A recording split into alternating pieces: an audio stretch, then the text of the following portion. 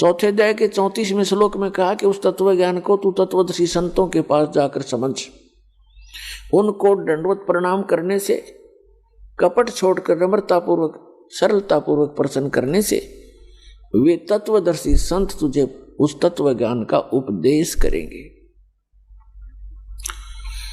अब श्रीमद् भगवत गीता जो है वेदों का सारांश है, चारों वेदों का, और बहुत ही निर्णायक ज्ञान है श्रीमद् भगवत गीता के अंदर। अब यजुर्वेद अध्याय नंबर 40 के मंत्र 10 से लेकर 13 में एक विशेष ज्ञान दिया है। वेद ज्ञान दाता कौन है?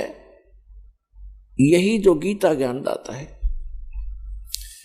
इसने वेद में कहा है कि कोई तो परमात्मा को संभवात माने जन्म लेने वाला अवतार रूप में मानता है, जैसे श्री राम, श्री कृष्ण या अन्य 9-24 जो अवतार माने जाते हैं, ऐसे मानता है। कोई कहता वो जन्म लेता ही नहीं, असंभवात है। इसकी जानकारी तत्वदर्शी संत देते हैं, उनसे सुनो। इससे सिद्ध हो गया कि वेद में वो ज्ञान नहीं है।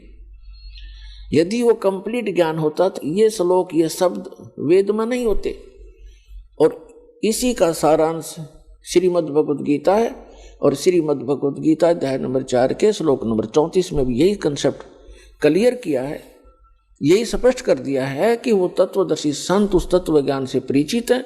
उनसे पूछो तो गीता के जी के अंदर भी वो ज्ञान नहीं है।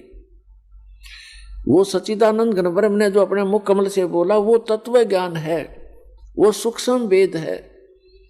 और उसकी जानकारी इस दास के अतिरिक्त इस विश्व में किसी के पास नहीं है, क्योंकि उस परमात्मा ने स्पेशल इसी काम के लिए भेजा है। पूर्ण जानकारी के लिए संत रामपाल जी महाराज के सत्संग सुने।